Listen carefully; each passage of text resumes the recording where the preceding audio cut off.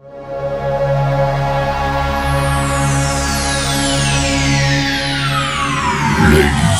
and gentlemen, may I have your attention, please?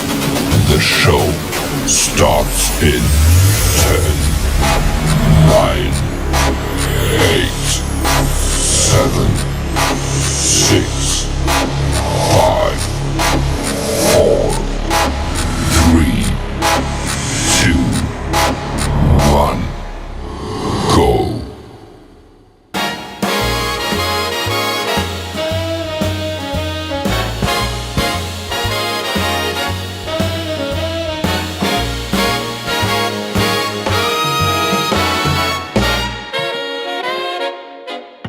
To live and die in Dixie, oh, what a sweet refrain. With trumpets wailing bright as the morning train, where the river hums a tune and the willows sway again. Oh, the stars, they twinkle like a slide trombone, and the saxophones croon of a land we call home. Let us cross, oh, cross that shining stream, where the trees whisper soft in a dream. Rest in the shade where the good Lord decrees to live and die in Dixie. Oh, sweet memories.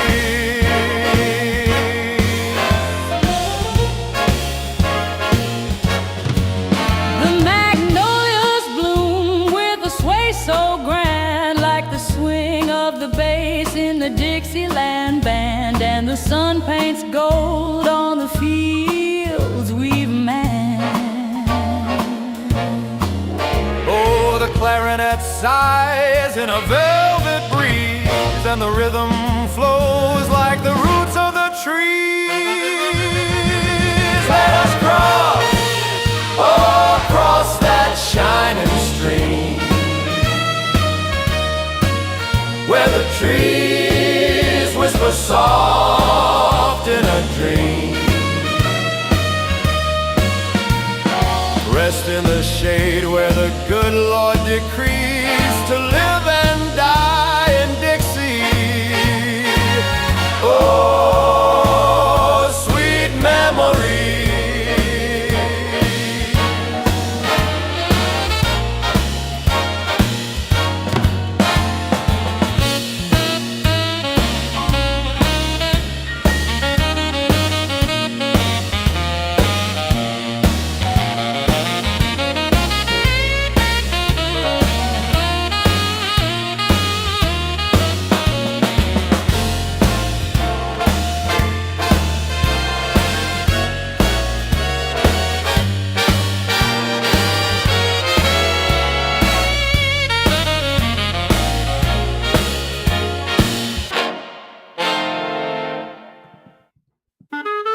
Okay. Oh my goodness. I hope you guys love jazz because that is fantastic. Suno.com. $10 get you 10,000 songs a month. I'll never get to 10,000. I'm lucky to get to 5. But $10, you can't beat it with a freaking stick. Put a couple lines in there and let the AI do the work. Wow. Anyways, as you can tell, I'm indoors, but I'm also in front of my Judgement Tree. Yes, I am. Well, not mine, Daniel Boone's Judgement Tree. Although it's not Daniel Boone's Judgement Tree anymore because it got cut down due to old age and health. But you can find pieces of it in various museums. If you have a couple days to go on vacation, you want to drive around somewhere and check out Daniel Boone's final resting grounds and his tree and his house, there are bits and pieces of it left over. So, as you folks know, the Judgement Tree broadcast is normally kept fairly short is simply for me to get on my soapbox and bitch about something. So here it goes. First off, uh, King Day weekend. God, you guys need a freaking job. Oh, I'm sorry. That's right. They're being paid to do that. You know, it's pretty sad when you're out there protesting and someone with common sense walks up to you and say, "Hey, why are you protesting?" Um, uh, we don't want a king. What? You don't have a king. So why are you here? I've we don't want a king. And it just goes on and on. They don't know why they're there. Or if they do, they're repeating the same damn words that the people up top told them to say, and they are just idiots. Idiots. We don't have a king. He's using the laws that were given to him to govern our nation to the best of his ability, and those on the left don't like it. 2 points that we're going to cross today. Yugoslavia, I believe it is, and Colombia, where the drugs are pouring into our country through the cartel. And President Trump is doing his damnedest to keep our people safe from these drugs. Some of these drugs are made into colorful little toys or looks like candy, chewing gum, all kinds of stuff to get our kids to take it and then they either overdose on it or they get stuck on it. So he's out there blowing up every now and then a speedboat full of drugs, and maybe 3 guys on the boat get killed. That's a lot better than 25,000 or more being killed on a monthly basis because of the damn drugs. Oh, but you can't do that, the left says. You're killing people. You don't know what's on that boat. Well, I'm pretty damn sure that satellite is picking up pretty good images that those are drugs on there. So we have our fleet, one of our fleets on the coast of Yugoslavia, I believe it is. Correct me if I'm wrong about that particular country. We have a fleet of ships. We have bombers in the air. And we have, I think, 25, 30,000 troops on the ground getting ready to do what Trump wants to do. That is to shut down the drug cartels and to make sure that we have enough manpower to make sure it gets done correctly. We're also in Colombia because the drugs are being grown there. And Trump is simply saying to these 2 leaders, knock it the hell off, shut them down, get involved, help us shut down the cartel. But they can't because they're so embedded with the cartels that they don't have the strength or the will to do it because they know if they try, they and their families will be horrendously murdered. So Trump's going to do it for them. And the left is giving them all kinds of hell. Why does the people on the left not want our citizens to be safe from drugs? Tell me. Why? So, this blows my mind. I've been saying this since the day I went on live broadcast. Why do the Democrats hate our country and hate our citizens so damn much that they don't care how many people die? They have it in their power to put a stop to it, and they don't want to. Is because they're getting paid by the cartels?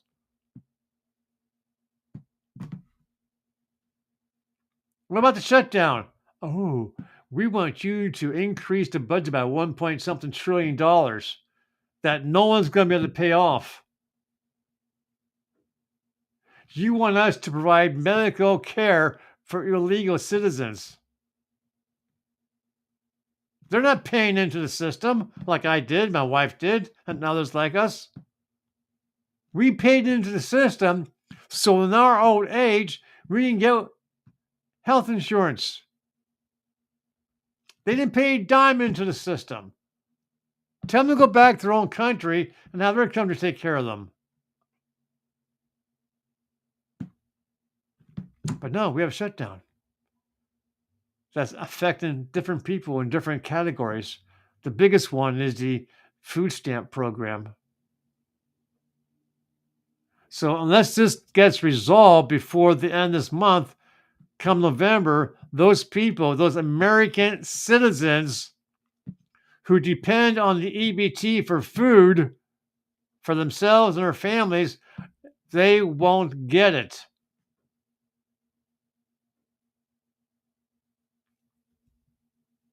Why? I mean, compromise. At least come back to work, get the job done, get the EBT program back on track, and bitch about the rest of the stuff while you're getting paid to bitch about stuff. They're still getting paid.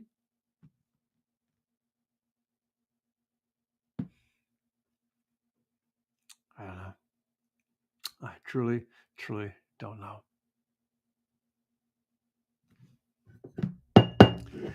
Hey, good afternoon, Mr. Ronnie Galloway. Thank you for being here today. Ronnie, I'm not sure if you've been in one of my Judgment Tree broadcasts. It is simply I am making use of my distant ancestors' way of doing judgment, which is Daniel Boone. This is an image of Daniel Boone's tree and his home back in the day. Obviously, he wasn't alive when the picture was taken, but the tree has since been torn down and cut into pieces and set through the various museums. The reason why it's called a judgment tree, Ronnie, if you don't know, is that towards the end of Daniel Boone's life, he was almost a pauper. At some points he had a lot of money. He owned a lot of land. He owned a lot of homes, cabins, if you will. And towards the end, he had like 12 or 13, 15 kids, and they had kids, and they had kids, and they had kids. But towards the end of life, he was running out of money. So back in the day, it was proper for those who knew they were dying to try and make sure that all their debt was paid off, and that's what he did. So the township people where he was living said, you know what, Daniel Boone's been a phenomenal person for our people. Let's get him a job so he can earn some money, so he can make his final days on earth nice. So they made him like a judge, and he chose a particular tree. I'm not sure why he chose the tree. He chose a tree where he told people, "Come to this tree, and I'll pass judgment." So he would lean against the tree, as the stories go, and people come to him and say, this is what happened, this is what happened. He would listen to both sides of the story, and then he would make a decision. And whatever his decision was, they had to live with. It's called the Judgment Tree. So that's why I use that background for this broadcast. Now, normally I'd be outside, but it's too damn cold to be outside. Okay, now sure I could wear a hat and gloves and heavy coat, but I'd rather sit inside my nice warm house and use a green screen for my Judgment Tree. So, Ronnie, before I continue onward with the rest of my broadcast, is there anything that you want to talk about? Are there any conversation you want to have? Anything you want to judge on your own that you want to bring up in conversation? I'd be more than happy to do that for you. Otherwise, I'll continue with my broadcast. These broadcasts are kept under 30 minutes. They're never meant to be long. Just a quick shout out. Yes, I'm still alive, and I'm still doing a live broadcast.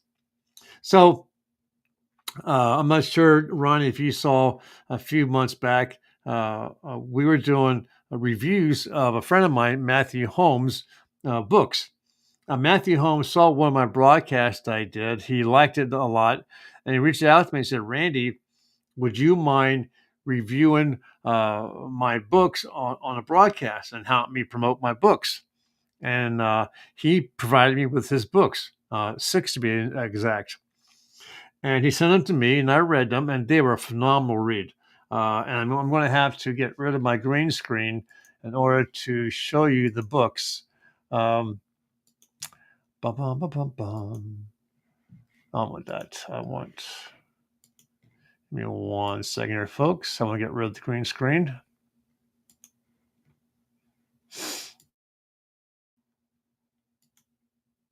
There we go. Okay. Hey, I'm here. So, um, a quick review of the books. Matthew Holmes is a young man. He's a historian. He's an author. He has written 6 books.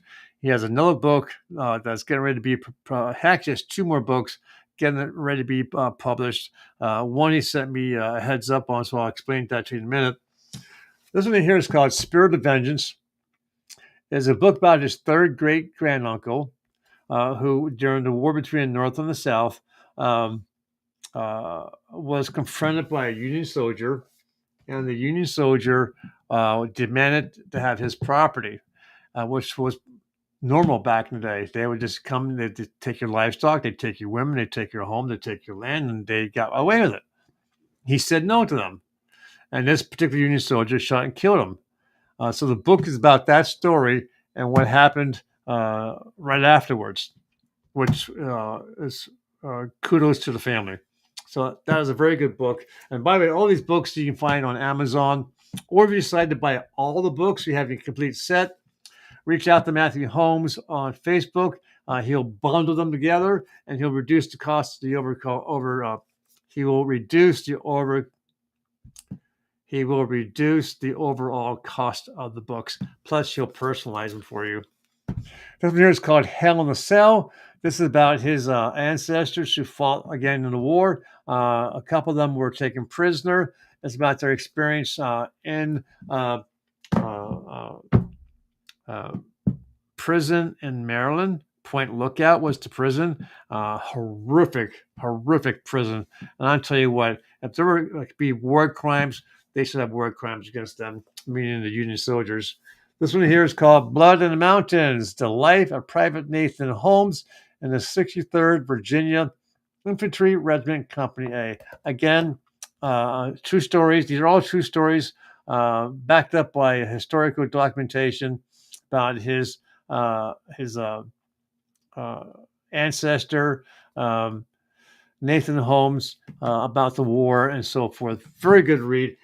These books make you feel like you're right there. It really is that good writing. This one here is called The Road to Hell and Back. Wow.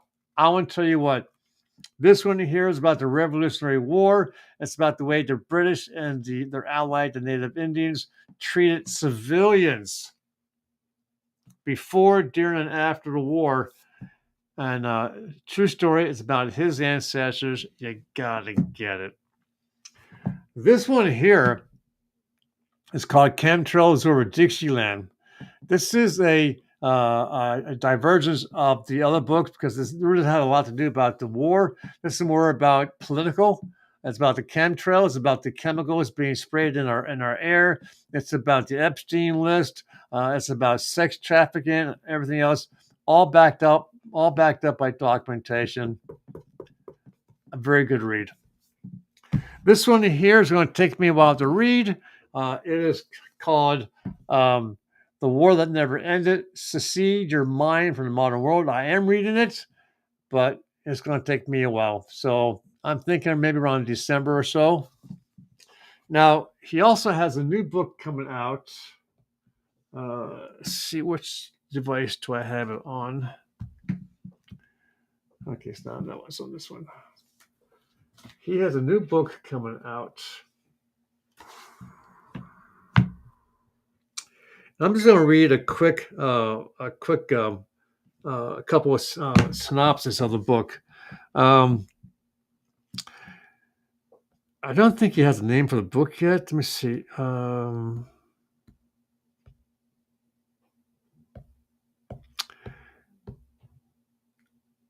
don't think he has a name for the book yet. At least he hasn't shared it.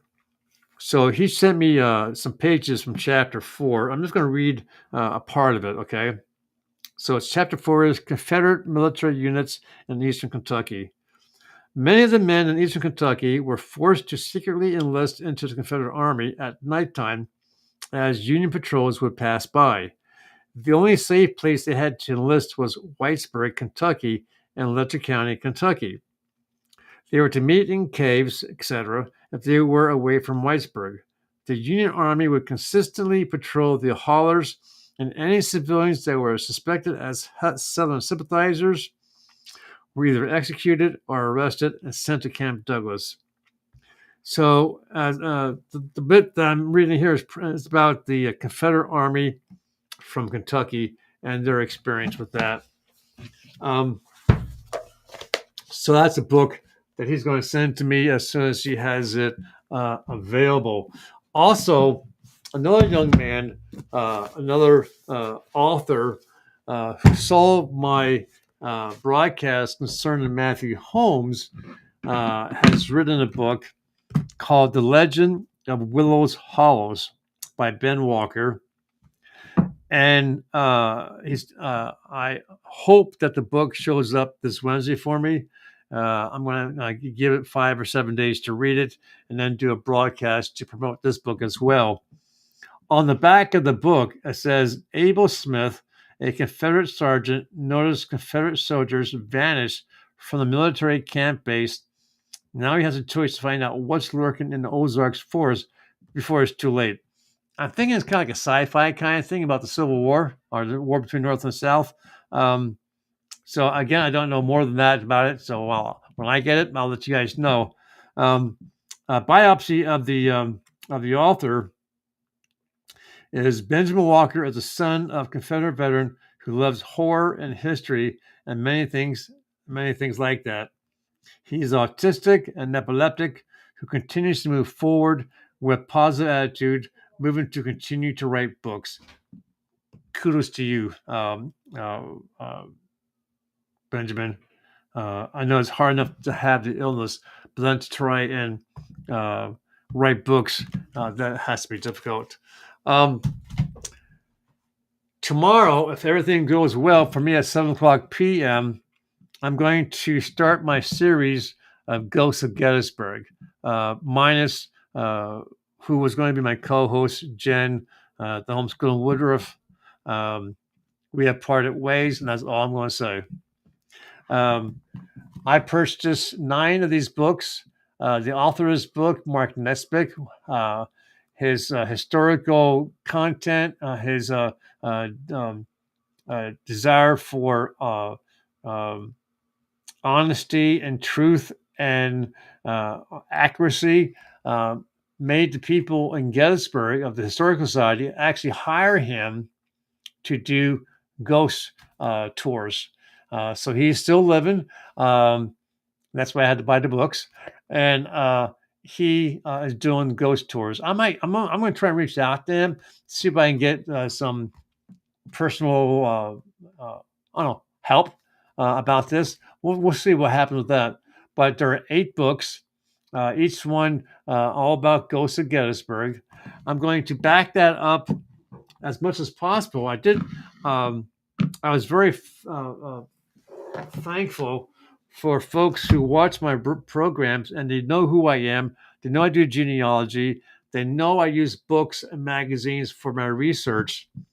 And I have a lot of magazines that I'm starting to categorize. And as I was going through them, I found a lot about the Gettysburg battle itself. So I'm going to try and do a quick survey of these magazines to see if I can find specific battles that might correlate to these ghost apparitions as they occur and people catch them on camera. I'm going to be using primarily the Civil War Times. There are a lot, as you can see here. Oops. All these magazines have something to say about the Gettysburg battle. I'm going to try and get as much information from them as I can to improve my broadcast about the Ghosts of Gettysburg. Good afternoon, Mr. Eddie Eugene Elmore. Thanks for being here. You're coming in on the tail end of my broadcast. As I mentioned to Ronnie, if he's still here, this is what I call my Judgment Tree broadcast. It's where I bitch and moan for about 15 minutes. And then I talk about what's going on and what to look forward to down the road. Today, my bitch and moan was about how the left is continually attacking the President Trump and his administration for what he's trying to do, which is make our country safe from ourselves and from outer nations and governments. And for some reason, the Democrats just don't want that to happen. And also to promote Matthew Holmes' books. Eddie, if you want, catch the real, and you'll see what I'm talking about as far as these books. I also like to promote myself. I do genealogy, so if you're interested in someone who's very cheap, like the cost of a really good meal for 2 or 3, that's what my prices are. And the reason being is that I am disabled. I do collect a monthly check, so the money I earn from my genealogy services helps with my office material. I have 2 32-inch monitors. I have a high-powered PC tower. I have all of these books and magazines that are you can see behind me. They all come with a cost. Obviously, the internet comes with a cost as well. So that's where that money goes to. I'm not getting rich off of these things. But before I jump off, Eddie or Ronnie, if you're still here, I can't tell. Unfortunately, from Facebook, you can't tell if you folks are still watching actively live. So I'm just going to ask Ronnie or Eddie, do either of you have anything you want to talk about before I jump off here?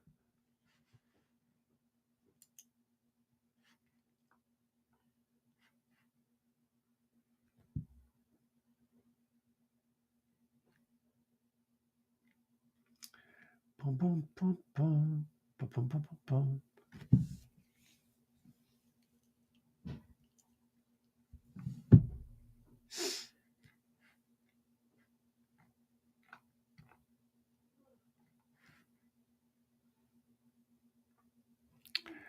I'll wait a little bit longer.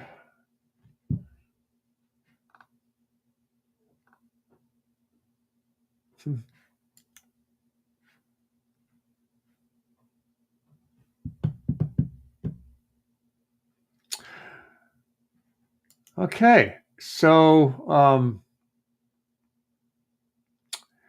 with that, I'm going to end the broadcast with one of my songs that I created using Suno. I'm going to find the right one here. And no one's made any comments yet.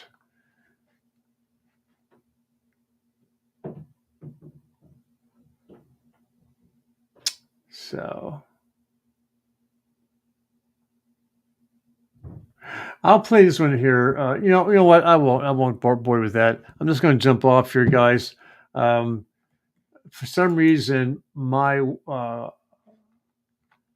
several of my songs that I've created are no longer showing up in my library unless they buffered somewhere else.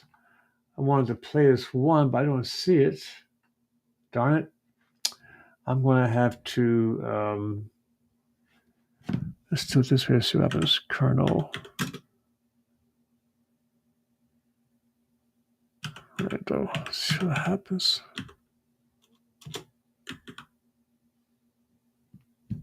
No, I don't want to do it that way either. Okay, so I'm going to see if they age out. If that's the case, that's kind of stinks. And there's no response back from Ronnie or Eddie. So I'm going to call this a wrap. Again, tomorrow, if everything goes according to plan, Tuesday, 7 o'clock p.m. Eastern Time, will be the first segment of Ghosts of Gettysburg. And I look forward to meeting all you guys there again. Spread the word, like, share, thumbs up, whatever you want to do. And we'll meet again. Take care, my friends.